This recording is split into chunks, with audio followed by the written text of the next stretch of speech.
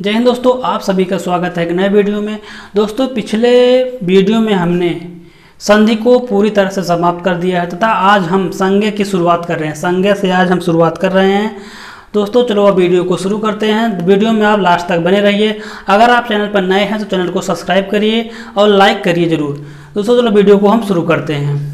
हम आज देखेंगे संज्ञा। संज्ञा किसे कहते हैं तथा संज्ञा कितने प्रकार की होती है, तमाम जानकारी आपको इस वीडियो में मिलेगी।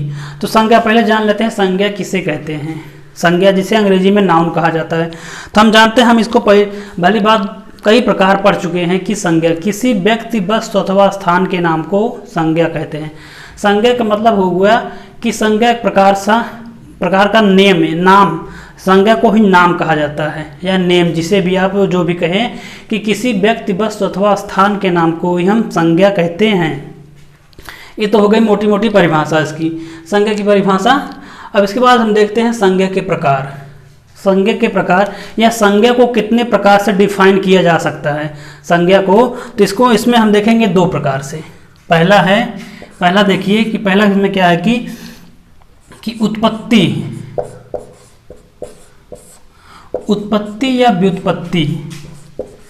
इसे आप उत्पत्ति या व्युत्पत्ति दोनों भी कह सकते हैं। उत्पत्ति या व्युत्पत्ति के आधार पर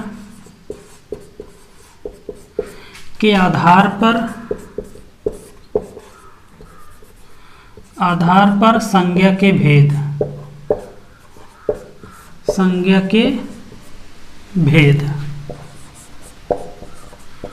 उत्पत्ति या व्युत्पत्ति के आधार पर संज्ञा के भेद, इसको आप नोट डाउन करते चलिए साथ ही साथ। पहला है कि उत्पत्ति या व्युत्पत्ति के आधार पर संज्ञा के भेद।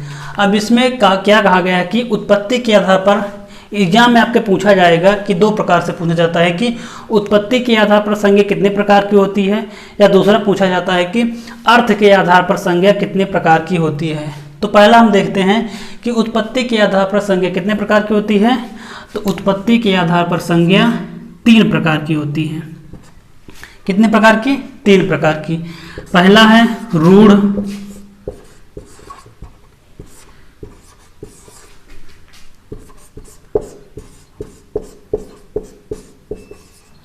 दूसरा है यौगिक। पहला है रूढ़, दूसरा है यौगिक और तीसरा है योग रूढ़। ये 3 प्रकार हो गए संज्ञा के। वो भी किसके आधार पर? उत्पत्ति के आधार पर संज्ञा के कितने प्रकार होते हैं? 3 प्रकार। नंबर 1 रूढ़, नंबर 2 दूसरा यौगिक और तीसरा योग रूढ़। अब अगला है इसी में कि दूसरा दिया गया, दूसरा है कि अर्थ के आधार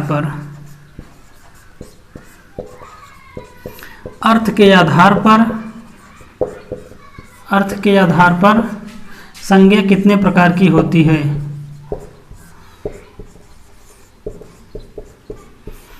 अर्थ के आधार पर संज्ञा के प्रकार।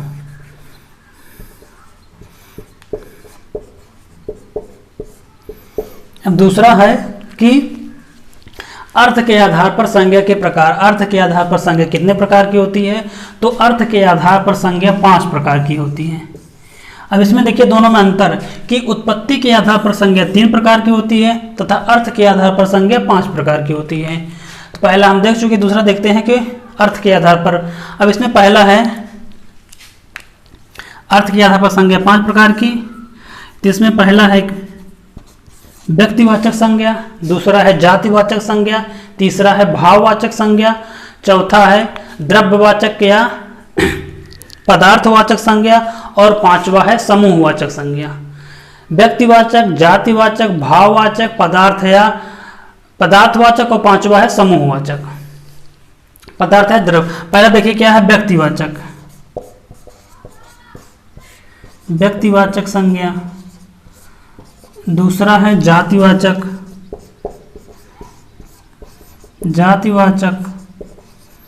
तीसरा है भाववाचक। व्यक्तिवाचक, जातिवाचक, भाववाचक 3 हो गया। चौथा है द्रव्यवाचक या पदार्थवाचक।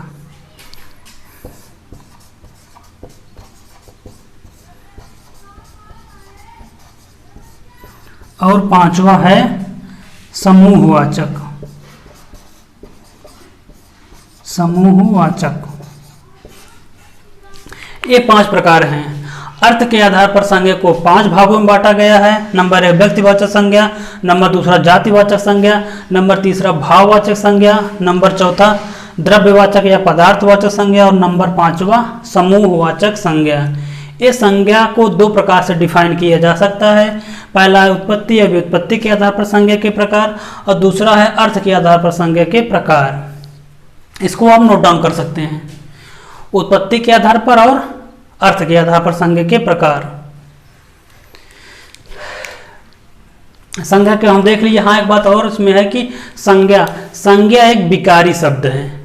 संज्ञा एक विकारी शब्द है जिसमें कि कह सकते हैं आपकी लिंग, वचन, कारक या काल के अनुसार इसमें परिवर्तन किया जा सकता है। उसे हम विकारी शब्द कहते हैं। विकारी शब्द किसे कहते हैं? जिन शब्दों में या जिन वाक्यों में लिंग, वचन, कारक या काल के अनुसार उसमें परिवर्तन या उसमें विकार उत्पन्न किया जा सकता है, उसे हम विकारी शब्द कहते हैं। तो संज्ञा एक प्रकार का विकारी शब्द है। संज्ञा, सर्वनाम, विशेषण और क्रिया, ये 4-5 जो हैं वो विकारी शब्द में आते हैं। संज्ञा, सर्वनाम, विशेषण और क्रिया, ये चारों विकारी शब्द में आते हैं। विकारी और अविकारी 2 प्रकार के शब्द होते हैं। पहला विकारी शब्द, विकारी में संज्ञा, सर्वनाम, विशेषण और क्रिया आते हैं तथा अविकारी में अव्यय और निपात। निपात एक नया टर्म है। अव्यय और निपात जो है वो अविकारी शब्द में आते हैं तथा विकारी में संज्ञा, सर्वनाम, विशेषण और क्रियाएं आती हैं। हम संज्ञा को पढ़ रहे हैं जिसमें आप इसको नोट डाउन कर लिए होंगे, तो इसको आप मिटा देते हैं। अब देखते हैं हम कि संज्ञा के जो 5 प्रकार हैं उन एक एक करके उन सभी को हम 5 को देखेंगे।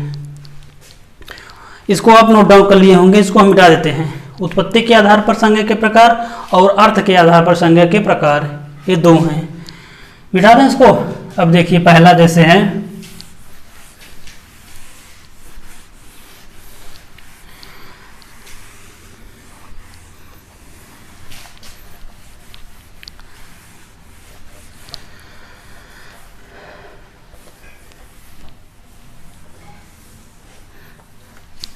हम देखते हैं कि अर्थ के आधार पर जो संज्ञा 5 प्रकार की होती है उनमें 5 को पहले हम पढ़ेंगे। तो उसमें पहला हम देखते हैं, पहला है व्यक्तिवाचक संज्ञा। व्यक्तिवाचक संज्ञा पहला क्या है कि व्यक्तिवाचक संज्ञा। अब इसको देखिए, व्यक्तिवाचक संज्ञा किसे कहते हैं? व्यक्तिवाचक संज्ञा किसे कहते हैं कि किसी व्यक्ति, वस्तु अथवा स्थान के नाम को ही हम व्यक्तिवाचक संज्ञा कहते हैं। एक परिभाषा हो गई संज्ञा, किसी व्यक्ति विशेष नाम को संज्ञा कहते हैं। या तो व्यक्तिवाचक में किसी विशेष व्यक्ति, वस्तु अथवा स्थान के नाम को ही हम व्यक्तिवाचक संज्ञा कहते हैं। जैसे आप देखिए कि किसी, इसमें देखिए व्यक्तिवाचक संज्ञा में क्या है कि किसी एक पर्सन या किसी एक स्थान के नाम को या किसी एक विशेष जो वस्तु हो या विशेष व्यक्ति हो या विशेष स्थान हो, उन सभी का कलेक्शन जिसमें किया जाता है उसे ही हम व्यक्तिवाचक संज्ञा कहते हैं।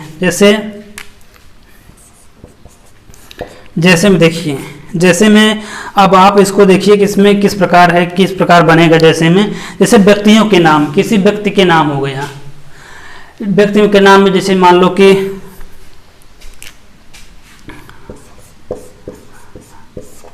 राम आ गए, गांधी जी,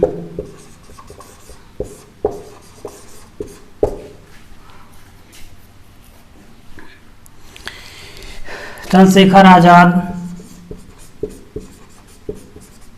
तमाम जो हस्तियां हैं, जो नाम हैं, जो विशेष व्यक्तियों के नाम हैं, उन सभी को नामों को हम किसके अंतर्गत रखेंगे? व्यक्तिवाचक संज्ञा। अब जैसे आ गया व्यक्तियों के नाम, उसके बाद आ गया स्थानों के नाम।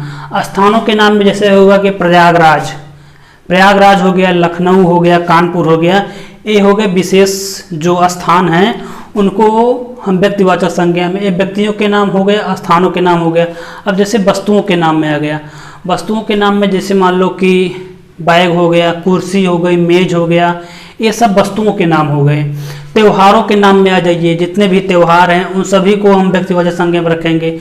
त्योहार हो गया, उत्सव के नाम आ गया, विशेष दिवस के नाम आ गए, ये तमाम प्रकार के जो हैं। अब जैसे देखिए नदियों के नाम आ गए, जितने भी नदियां हैं ये सभी जो नदियां स्पेशल, जैसे गंगा नदी हो गई, गंगा, यमुना, सरस्वती, मेघना, ब्रह्मपुत्रा, शारदा, जो जितनी भी नदियां हैं ये सभी नदियां किसमें, व्यक्तिवाचक संज्ञा के अंतर्गत आती हैं। नदियों के नाम हो गए, त्योहारों के नाम हो गए, उत्सव के नाम हो गए।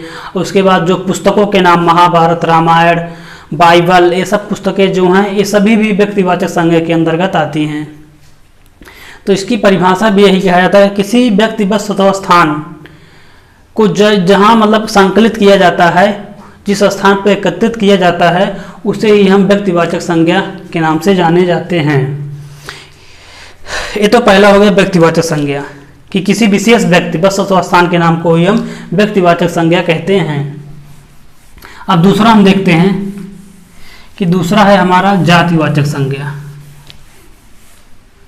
व्यक्तिवाचक संज्ञा और दूसरा है जातिवाचक संज्ञा।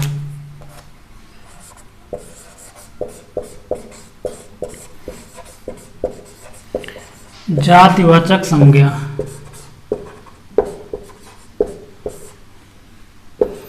अब इसमें देखिए जातिवाचक संज्ञा में क्या है कि अगर किसी व्यक्ति, वस्तु या पदार्थ के जाति का बोध कराने वाले शब्दों को, किसी व्यक्ति, वस्तु या पदार्थ के जाति का बोध कराने वाले शब्दों को ही हम जातिवाचक संज्ञा कहते हैं। फिर से बात देखिए कि किसी व्यक्ति, वस्तु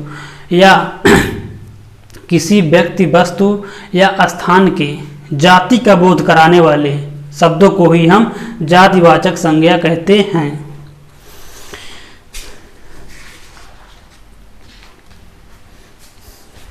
जातिवाचक संज्ञा से क्या होता है कि वस्तुओं या व्यक्तियों के पूरी जाति का बोध होता है। जो शब्द प्रस्तुत किए, प्रयोग किए जाते हैं जातियों में, कि वो अगर कोई भी शब्द लिया जाता है तो पूरी जाति का कोई भी शब्द हो, जैसे मान लो कि हो गया सांप, सर्प हो गया ना, वो जितने भी प्रकार के सांप होते हैं वो पूरी जाति, मतलब अपने सांप जातियों के जो अध्ययन करता है या जो उसको प्रदर्शित करता है, उसे ही हम जातिवाचक संज्ञा कहते हैं। अब इसमें देखिए जैसे हो गया कि जातिवाचक संज्ञा, उदाहरण देखिए, इसका उदाहरण से आप समझ पाएंगे। उदाहरण जातिवाचक संज्ञा जैसे हो गया नदी। अब हम नदी ले लिए हैं, नदी लिए, तो अब इसमें हम देख रहे हैं कि जितने भी नदियां होती हैं, हम स्पेशल किसी नदी का नाम नहीं लिए कि गंगा नदी, यमुना, मेघना, ब्रह्मपुत्रा, गोदावरी, इसका नाम नहीं लिया, हम सिर्फ नदी कह दिए। तो नदी में जितने भी नदियां आती हैं वो सभी नदियां इसमें संकलित होंगी। जितनी भी प्रकार की नदियां हैं, जो नदियों के नाम हैं, वो सभी नदी के अंतर्गत आ जाएंगी। तो नदी क्या होगा, नदी एक प्रकार की जाति है। जो नदियां हैं उनकी जाति नदी, और इस नदी में गंगा, यमुना, ब्रह्मपुत्र सभी प्रकार की नदियां आ जाएंगी। स्पेशल किसी नदी का अगर नाम लेते हैं तो वो चला जाएगा व्यक्तिवाचक संज्ञा में। लेकिन हम सिर्फ कह दिए नदी, और दूसरा हम कह दिए नदी के बाद पहाड़। क्या कह दिए, पहाड़। जितने भी पहाड़ हैं विश्व में, जितने भी पहाड़ हैं, पर्वत हो गया, पहाड़, पर्वत, झरना, जितने भी हैं वो सभी एक अपने पहाड़ जाति का बोध करा रहा है। जैसे मानव हो गया, मानव, या मानव के बाद आगे आप देख लीजिए लड़का, के बाद कुत्ता, कुत्ता के बाद बिल्ली। जितने अपने जाति, समुदाय या वर्ग का बोध कराते हैं उन्हें ही हम जातिवाचक संज्ञा कहते हैं। जैसे इसमें उदाहरण देख लीजिए, नदी, पर्वत, पहाड़, पर्वत, नदी, पहाड़, पर्वत, मानव, लड़का, जितने भी हैं ये सभी जातिवाचक संज्ञाएं कही जाती हैं, जातिवाचक संज्ञा कही जाती है। हमने देख लिया व्यक्तिवाचक संज्ञा कि जो किसी विशेष व्यक्ति, वस्तु अथवा स्थान के नाम को जो प्रदर्शित करता है उसे हम व्यक्तिवाचक संज्ञा कहते हैं। जातिवाचक जो एक ही जाति का बोध कराती है, जो अपने वर्ग, समुदाय या वर्ग का, समुदाय का बोध कराती है, उसे हम जातिवाचक संज्ञा कहते हैं। जैसे नदी से नदी जाति का बोध होता है, पहाड़ से, पर्वत, मानव, लड़का, कुत्ता, ये सभी अपने अपने जातियों का बोधक करा रहे हैं। अब इसमें आगे हम देखते हैं। अब इसमें और एक क्वेश्चन बनता है कि कभी कभी पूछ लिया जाता है कि कुछ शब्द ऐसे हैं जिनका प्रयोग तो आप समझेंगे कि ये व्यक्तिवाचक संज्ञा में है, लेकिन वो व्यक्तिवाचक संज्ञा में ना होकर के उनका प्रयोग जातिवाचक संज्ञा में किया जाता है। अब उसको हम देखेंगे उसमें किस प्रकार बनता है। इसको मिटा देते हैं।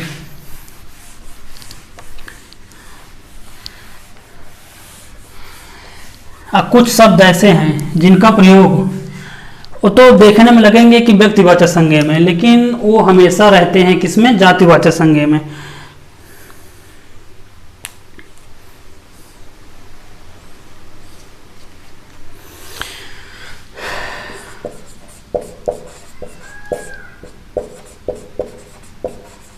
व्यक्तिवाचक संज्ञा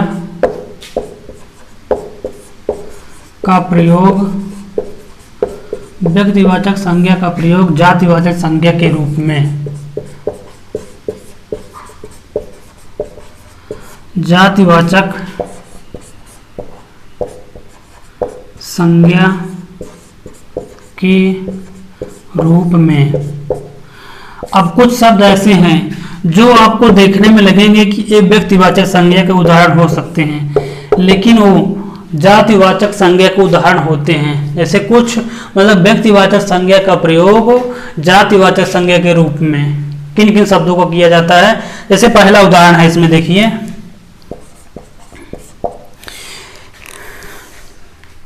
जैसे पहला है देश की हानि जयचंदों से होती है।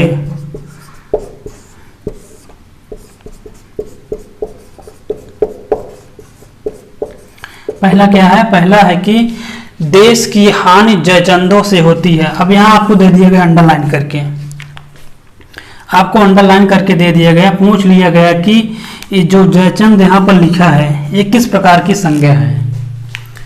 देश की हानि जयचंदों से होती है। अब आप इसको बताइए कि जो ये जयचंद है ये किस प्रकार की संज्ञा है। ये एग्जाम में आपको सेम दे दिया गया, तो आप इसको कैसे बनाएंगे। अब इसको देखिए, क्या है कि देश की हानि जयचंदों से होती है, देश की हानि जयचंदों से होती है। अब इसमें आपको पूछ लिया गया कि जो जयचंद यहाँ दिया गया है एक किस प्रकार की संज्ञा है, जातिवाचक है या व्यक्तिवाचक है। अब आपको उसमें देखना है कि जयचंद का प्रयोग किसके रूप में किया गया है, व्यक्ति के रूप में किया गया है या जाति के रूप में किया गया है। तो आप इसको यहाँ देखेंगे कि देश की हानि जयचंदों से होती है, तो जयचंदों का मतलब हो गया कि यहाँ विश्वासघाती जो व्यक्ति हैं उनसे संबंधित है, कि देश की हानि जो होती है वो जो विश्वासघाती व्यक्ति हैं उनके द्वारा की जाती है। तो यहाँ पर जो जयचंद है वो व्यक्तिवाचक संज्ञा ना होकर के जातिवाचक संज्ञा के रूप में इसका प्रयोग किया जाता है या इसमें किया गया है। यहाँ पर जो जयचंद है वो व्यक्तिवाचक संज्ञा नहीं है बल्कि जातिवाचक संज्ञा है। जैसे अगला देखिए, एक है और अगला है सभी घर में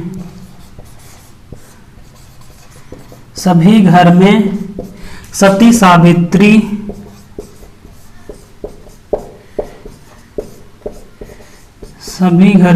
सावित्री रहती हैं। अगला उदाहरण है कि सभी घर में सती सावित्री रहती हैं। अब यहाँ सती सावित्री दे दिया गया, अब पूछ लिया गया कि ये किस प्रकार की संज्ञा है सती सावित्री।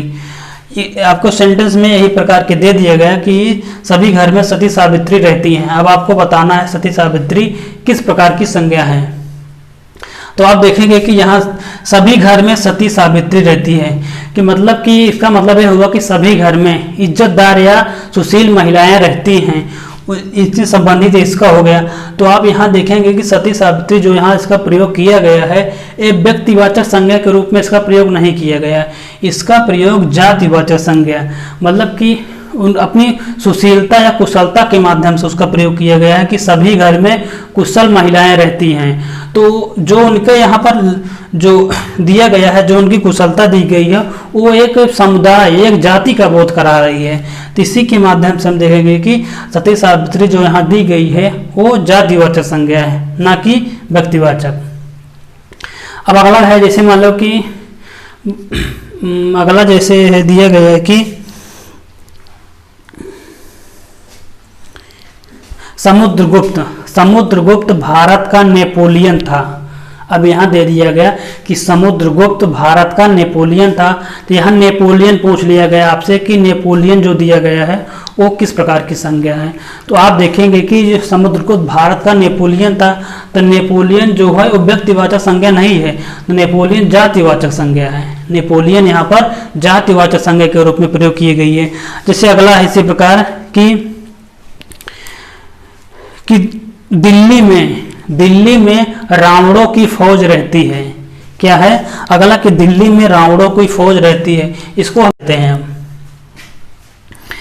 इस उदाहरण को आप लिख लीजिए, ये बहुत ही इंपॉर्टेंट उदाहरण है। सेम आपको एग्जाम में पूछ सकता है कि किस प्रकार के, जैसे है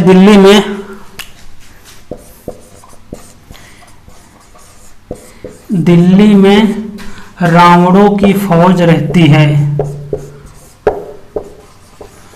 रावणों की फौज रहती है। अब यहाँ दे दिया गया रावणों, इसमें पूछ लिया गया कि कौन सी संज्ञा है। तो दिल्ली में रावणों की फौज रहती है, तो आप इसको बता सकते हैं कि रावण जो यहाँ दिया गया है वो व्यक्ति के रूप में प्रयोग इसका नहीं किया गया है, वो जाति के रूप में प्रयोग है कि दिल्ली में रावणों की फौज रहती है। मतलब कि वहाँ पर एक दूषित, जो दुष्ट प्रकृति का व्यक्ति है, उसका जो संगठन है वो रहता है, ना कि वहाँ पर रावण का प्रयोग। यहाँ रावण से संबंधित नहीं है, यहाँ पर यह व्यक्तिवाचक नहीं है, बल्कि यहाँ पर ये क्या है, जातिवाचक है। उसकी जाति का बोध करा रहा है कि रावणों की फौज रहती है, दिल्ली में रावणों की फौज रहती है। जैसे हर घर में सती सावित्री रहती हैं, या भारत की हानि, हमारे भारत की हानि जयचंदों से होती है। और अगला उदाहरण जैसे इस प्रकार है,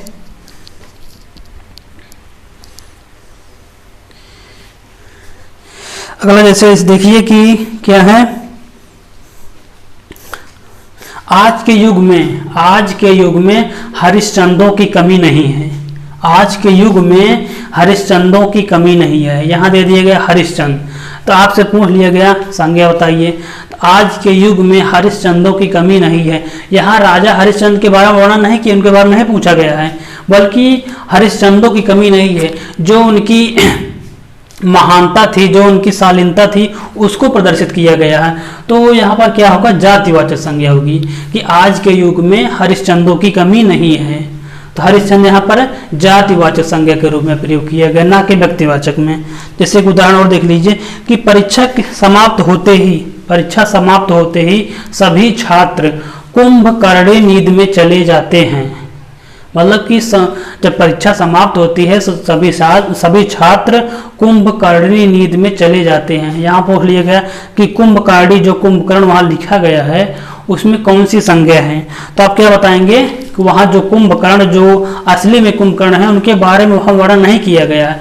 तो वहाँ कुंभकर्णी नींद का मतलब हो गया कि सभी छात्र जो हैं वो शिथिल हो जाते हैं, उनकी शिथिलता के बारे में वर्णन किया गया, उसकी एक विशेष जाति के बारे में बताया गया है। तो वो जातिवाचक संज्ञा है कि मतलब परीक्षा समाप्त होते ही सभी छात्र कुंभकर्णी नींद में चले जाते हैं। ये 4-5 उदाहरण हैं, 4-5 उदाहरण दिए गए हैं, जिनको आप इसको नोट डाउन कर लीजिए। नोट डाउन करके तो उसको आप बार बार रिवीजन कीजिए, क्योंकि एग्जाम में यही एकदम पूछ लिया जाता है कि दिल्ली में रावणों की फौज रहती है।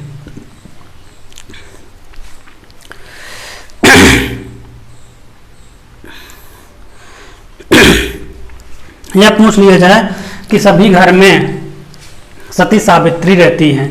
तो ये ऐसे कुछ शब्द हैं जिनका प्रयोग देखने में वो लगेंगे कि व्यक्तिवाचक हैं, लेकिन वो जातिवाचक संज्ञा के रूप में उनका प्रयोग किया जाता है। ये हो गया। जैसे देखिए वो शब्द एक बार फिर से देख लीजिए।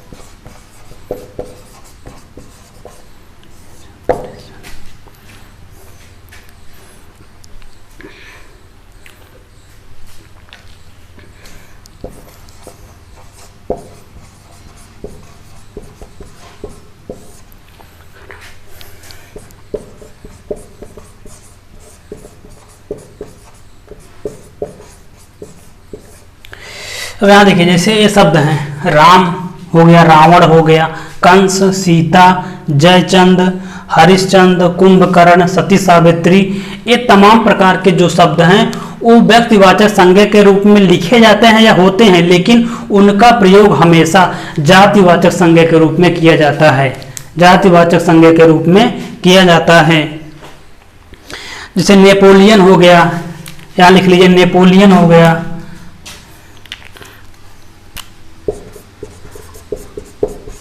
नेपोलियन हो गया, हरिश्चंद्र हो गया, शेक्सपियर हो गया, ये तमाम प्रकार के जो शब्द हैं वो जातिवाचक संज्ञा के रूप में प्रयोग किए जाते हैं। इनका प्रयोग आप एक अपने वाक्य के माध्यम से कर सकते हैं। जैसे हर घर में सती सावित्री रहती हैं, हमारे देश की हानि जयचंदों से होती है, समुद्रगुप्त भारत का नेपोलियन होता है, परीक्षा समाप्त होते ही सभी छात्र कुंभकर्णी नींद में चले जाते हैं।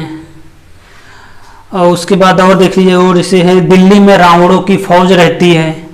अगला है, भारतीय राजनीति में जयचंदों की कमी नहीं है। समुद्रगुप्त भारत का नेपोलियन है। ये तमाम प्रकार के जो उदाहरण हैं वो व्यक्तिवाचक संज्ञा का प्रयोग जातिवाचक संज्ञा के रूप में जो किया जाता है उनको प्रदर्शित करता है। अब इसी प्रकार आगे हम देखेंगे। अब हम देख चुके हैं कि व्यक्तिवाचक संज्ञा का प्रयोग जातिवाचक संज्ञा के रूप में किया जाता है। अब हम देखेंगे कि जातिवाचक संज्ञा का प्रयोग व्यक्तिवाचक संज्ञा के रूप में किस प्रकार किया जाता है। अब इसको हम देखेंगे कि अभी तक हम देखें कि व्यक्तिवाचक का प्रयोग जातिवाचक में किया गया, अब उल्टा जातिवाचक का प्रयोग व्यक्तिवाचक में किया जाएगा।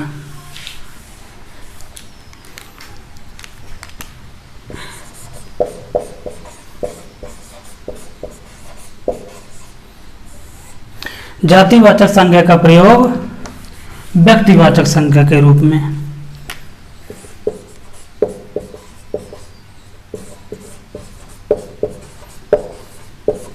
व्यक्तिवाचक संज्ञा के रूप में। अब इसको समझिए, इसका पहला उदाहरण है।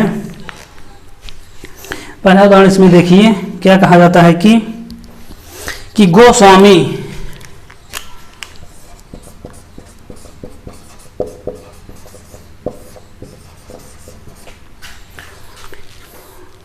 गोस्वामी जी ने रामचरितमानस की रचना की।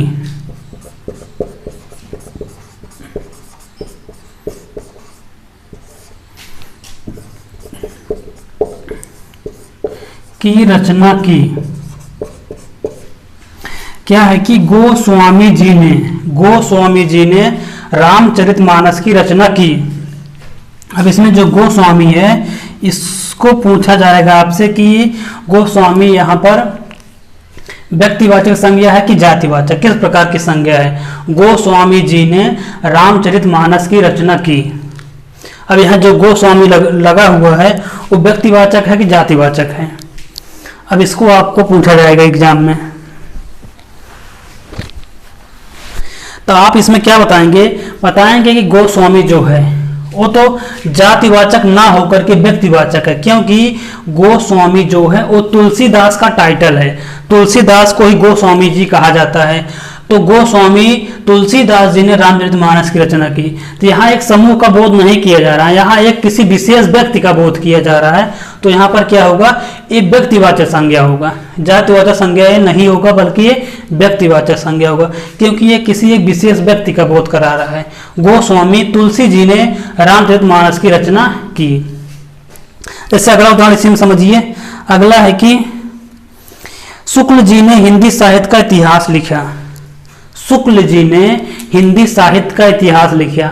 अब यहाँ शुक्ल जो है वो एक टाइटल, मतलब कि एक जाति का बोध नहीं करा रहा है कि शुक्ल जी, शुक्ल हो गया एक, मतलब किसी जाति का बोध नहीं करा रहा, बल्कि एक किसी विशेष व्यक्ति का बोध करा रहा है कि रामचंद्र शुक्ल जी ने हिंदी साहित्य के इतिहास लिखा। रामचंद्र शुक्ल ने हिंदी साहित्य का इतिहास लिखा। तो यहाँ रामचंद्र ना लिख करके सिर्फ लिख दिया गया क्या कि शुक्ल जी ने हिंदी साहित्य का इतिहास लिखा।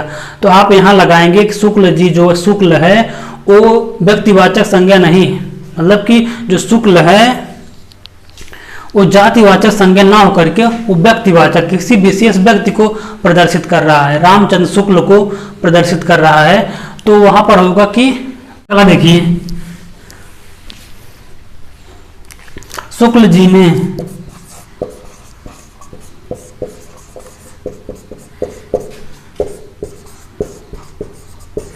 हिंदी साहित्य का इतिहास लिखा।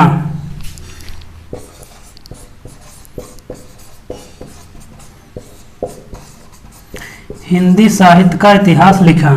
अब यहां पूछ लिया, दूसरा है कि शुक्ल जी ने हिंदी साहित्य का इतिहास लिखा। अब यहां जो शुक्ल है ये पूछ लिया गया आपसे कि जो शुक्ल है, शुक्ल जी, ये व्यक्तिवाचक संज्ञा है कि जातिवाचक या किस प्रकार की संज्ञा है। तो यहाँ आप देखेंगे कि शुक्ल जी जो है वो किसी जाति का बोध नहीं करा रहा है, वो बल्कि किसी विशेष व्यक्ति का बोध करा रहा है। कैसे कि शुक्ल किसे कहा जाता है, रामचंद्र शुक्ल को, रामचंद्र शुक्ल को ही कहा जाता है जिन्होंने हिंदी साहित्य का इतिहास लिखा था।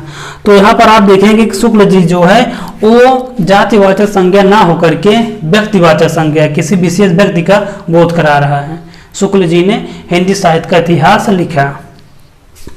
इससे अगला और एक देख लीजिए, पंडित जी भारत के प्रथम प्रधानमंत्री थे। इसको मिटा देते हैं, शुक्ल जी हिंदी साहित्य का इतिहास लिखा। जैसे है अगला, पंडित जी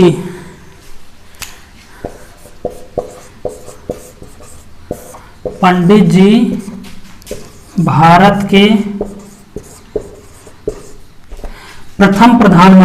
प्रथम पंडित जी भारत के प्रथम प्रधानमंत्री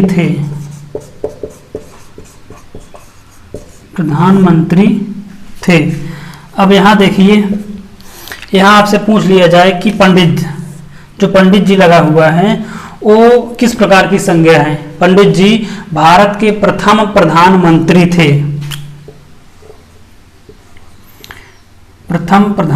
थे, ये दे दिया गया है। आपसे पूछ लिया जाए कि पंडित जी भारत के प्रथम प्रधानमंत्री थे, उनमें से पंडित जी जो लिखा गया है वो किस प्रकार की संज्ञा है। तो आप यहाँ देखेंगे पंडित जी, आप ऐसा ना करिए कि जो पंडित जी यहाँ लिखा गया है वो किसी विशेष जाति का बोध, किसी जाति का बोध नहीं करा रहा, बल्कि यह किसी विशेष व्यक्ति का बोध करा रहा है। पंडित जी किसका बोध करा रहा है, किसी विशेष व्यक्ति का। जैसे पंडित जवाहरलाल नेहरू को पंडित जी हम कहते हैं, तो नेहरू जी को ही हम पंडित जी कहते हैं। तो उन्हीं के नाम से प्रदर्शित किया जा रहा है कि पंडित जी भारत के प्रथम प्रधानमंत्री थे। इसका मतलब यह हुआ कि पंडित जवाहरलाल नेहरू भारत के प्रथम प्रधानमंत्री थे।